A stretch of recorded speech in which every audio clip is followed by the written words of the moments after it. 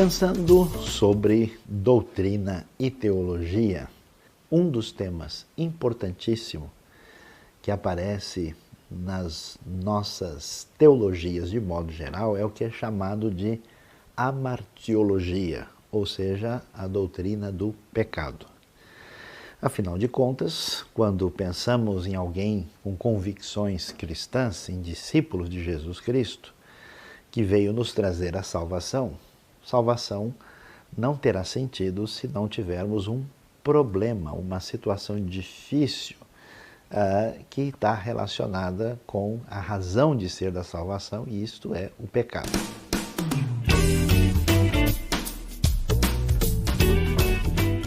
A discussão do pecado começa com a questão do problema do mal. Ou seja, como é que Deus, sendo todo-poderoso e ao mesmo tempo sendo um Deus onisciente e absolutamente bondoso e amoroso, permite o pecado e o sofrimento na realidade da experiência humana e no universo. A maneira de entender isso está relacionada com que a Bíblia nos apresenta, em primeiro lugar, que não existe uma substância, uma coisa em si que possa ser definida como mal. Deus é o ser absoluto do universo, Ele é o grande Senhor e define-se mal na oposição a Deus. Por isso a teologia clássica histórica vai dizer que o mal é corrupção do bem ou privação do bem. Então não há na visão cristã ou judaico-cristã da realidade uma ideia dualista, como se houvesse assim dois princípios equivalentes do universo, o bem e o mal. Não, Deus é o Senhor, Ele é a referência do bem e aquilo que se opõe ao bem é chamado de mal. Entendendo isso, nós vamos começar a vislumbrar a razão de ser da existência do mal e do pecado no mundo. Por quê? Porque uma vez que Deus criou seres com capacidade de escolha, seres com liberdade, como é o caso dos seres angelicais e como é o caso do ser humano, abriu-se a porta para a rebelião, a rebeldia contra Deus. E isso é que vemos logo no início da Bíblia, em Gênesis capítulo 3, quando vemos nossos primeiros pais desobedecendo a Deus, confrontando a Deus, querendo ser como Deus e tendo as consequências da sua escolha. Observando isso, então vemos que o mal e o pecado são derivados do uso indevido, do arbítrio, da vontade, e isso traz consequências que atingem toda a realidade à nossa volta. Por isso é interessante observar que o pecado, que é essa oposição a Deus, que é o transgredir da vontade ou da lei divina, nós vamos ver o relato bíblico nos apresentando aquilo que marca a história dos nossos primeiros pais, Adão e Eva, no Jardim do Éden, quando eles resolvem, em confronto contra a ordem de Deus, comer o fruto do conhecimento do bem e do mal, ou seja, uma espécie de conhecimento absoluto no desejo de ser como Deus, além de desobedecer o próprio Deus. Quando Adão peca, é muito interessante observar que nós temos as dimensões decorrentes do pecado na história de Gênesis 3. Vemos ali, por exemplo, que ele se esconde de Deus, conforme o texto vai nos mostrar em Gênesis 3. Então existe uma alienação, uma ruptura. O pecado gera esse distanciamento, essa queda teológica, podemos dizer, em relação a Deus. Mas esse pecado também vai apresentar uma dimensão que ultrapassa isso, que é a nossa dimensão psicológica. A gente vê que Adão e Eva têm vergonha da sua nudez, que eles estão se sentindo culpados, então a realidade da ruptura com Deus tem desdobramentos na nossa psicologia, no nosso ser humano interno. E a coisa não para por aí. Imediatamente, Adão coloca a culpa em Eva pelo que aconteceu. Ele diz para Deus, a mulher que tu me deste. Nós temos a dimensão sociológica do pecado, a ruptura com o próximo. E a terra agora, que em vez de produzir alimento e coisas boas, vai produzir também o que é negativo. Ela vai produzir espinhos, espinheiros, ervas daninhas. Há uma ruptura com o meio ambiente, começam os nossos problemas ecológicos e econômicos também. Então essa dimensão ampla do pecado está muito marcada na Escritura. E entendendo isso é importante, porque quando a gente pensa em redenção, isso quer dizer que a salvação e a redenção devem também atingir essas áreas, e vamos ver isso mais adiante no nosso entendimento teológico doutrinário.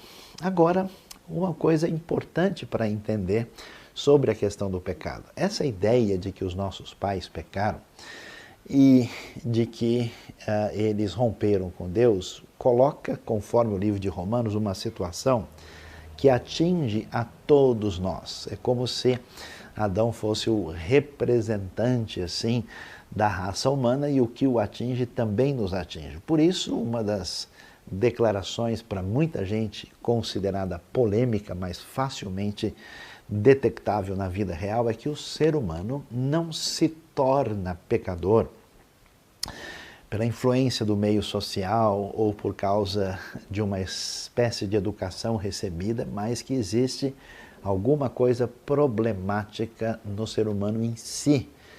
Aquilo que a tradição bíblica e judaica vai chamar de Yetzer Hará, ou seja, inclinação para o mal. Toda a história da tradição cristã vai concordar que existe aquilo que nós chamamos de pecado original. É aquilo que vemos no Salmo 51, um salmo davídico, quando o texto diz: eu nasci em iniquidade, em pecado me concebeu a minha mãe. Uma provável referência ao fato de que o ser humano nasce numa situação de dificuldades. Isso é fácil de perceber em qualquer sociedade. As crianças, desde pequenas, são mais facilmente movidas por atitudes egocêntricas do que por um altruísmo.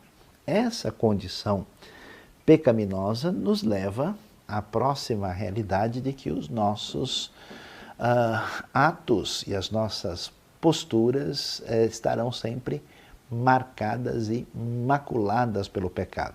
Então, quando se pensa em pecado, se pensa na condição de pecador, naquilo que a gente chama de pecado original, se pensa em pecados que são atos cometidos objetivamente. São ações específicas que rompem com aquilo que é determinação divina, orientação divina. Interessante ler a primeira carta de João, lendo os versículos 8, 9 e 10, quando vai se falar do perdão dos pecados, e ali nós vemos que existe a declaração indevida de que nós não temos pecado, ou seja, não somos pecadores, que alguns hereges afirmavam na época, e a declaração de que nós não temos cometido pecado, ou seja, a ideia de que nós não estamos fazendo nada errado. Agora, esse pecado que se manifesta concretamente em ação, ele começa no coração, na intenção. É interessante observar, por exemplo, na ética de Jesus, né, quando ele entra numa relação de contraste com os religiosos do seu tempo, que sempre definiam o pecado apenas pela objetividade da ação externa. E Jesus vai dizer coisas que realmente colocam a gente em xeque, né? Ou seja, ele vai dizer: se você não matou, mas você desejou negativamente, você odiou alguém, aquele que odeia já matou no coração. Se a pessoa quer cometer um adultério, qualquer atitude sexualmente indevida, e mesmo que não tenha executado externamente, mas tenha alimentado o desejado no seu coração, ele diz, já cometeu esse tipo de pecado. Então é interessante que aí nós temos a ética cristã avaliando as intenções e a vontade do coração. Isso nos ajuda a entender o tamanho do problema que nós enfrentamos. Observe só, realmente há alguma coisa podre aqui, e não só no reino da Dinamarca, nos reinos de todo o mundo. Nós temos um problema sério que tem a ver com aquilo que já nos marca desde o nascimento. Isso se mostra claramente nas nossas intenções que até nos pegam de surpresa. Às vezes você está até tranquilo, de repente vem um sentimento, um pensamento, uma vontade ruim que a sua própria consciência questiona. Nós temos os pecados por intenção, por pensamento, os pecados em ação e, a mais, existe aquilo que a gente chama de pecado por omissão, ou seja, aquela famosa ideia de Tiago, capítulo 4, aquele que sabe que deve fazer o bem e não o faz, comete pecado. Muitas vezes nós não fazemos nada de errado do ponto de vista legal ou moral, mas não fazemos nada de errado e nem de certo. Muitas pessoas gastam a sua vida na comodidade e no conforto da sua vida egocêntrica, solitária, isolada, e não são sensíveis à dor do mundo, ao sofrimento, às necessidades à nossa volta, não tem nenhuma ação positiva para melhorar o mundo à sua volta. Então, a Bíblia vai apresentar essa condição complicada que envolve a realidade do pecado que está presente na realidade humana. Isso é tão valioso e importante, por quê? Porque se nós temos uma concepção equivocada sobre a nossa, podemos dizer, natureza, teremos um grande problema nesse mundo. Se, por exemplo, acharmos que a natureza humana não é aquilo que a Bíblia diz, as nossas leis serão diferentes. Nós podemos confundir o bem com o mal. Nós não vamos disciplinar e orientar corretamente os nossos filhos e eles poderão se prejudicar tremendamente com isso. Nós podemos construir uma sociedade permissiva, sem referência, absolutamente relativista e que certamente caminhará na direção do caos e da destruição. Se nós não entendermos corretamente o fato de que somos pecadores e que temos cometido pecado e que as nossas intenções precisam da misericórdia e do perdão de Deus, certamente não fará nenhum sentido a ideia de salvação e de perdão, que é a essência do Evangelho. É muito importante, quando a gente estuda teologia e doutrina, essas relações. É como se a gente tivesse várias latas aqui empilhadas uma em cima da outra. Se a gente tira uma lata aqui embaixo porque acha que ela não é tão importante, as outras também vão cair e a coisa ficará confusa. A compreensão da situação terrível do pecado é absolutamente necessária para entender o que significa a realidade da salvação.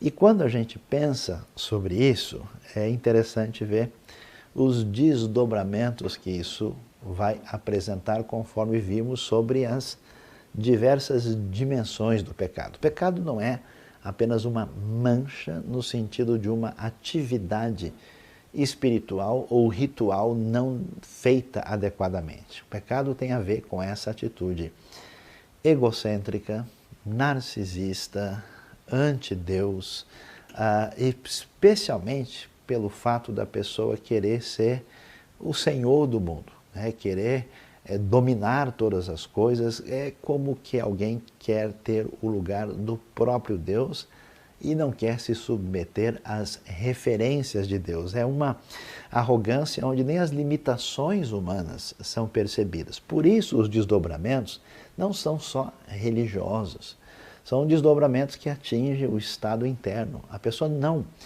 trabalhada devidamente com essa situação vai enlouquecendo, vai entrando em sentimentos destruidores negativos por dentro. A pessoa que não alinha isso conforme aquilo que o Evangelho apresenta terá uma dificuldade relacional enorme por causa da sua condição e a sua atitude pecaminosa. Por isso, os desdobramentos são que tudo isso complica de maneira definitiva a nossa vida e é suficiente para nos trazer uma condição de condenação diante de Deus pela sua lei santa e justa e uma condenação inclusive eterna caso a pessoa mantenha-se na sua impenitência e na sua falta de arrependimento. Por isso é importante entender isso, porque entendendo isso nós podemos entender o que significa salvação, o que significa redenção, o que significa o Evangelho de Cristo.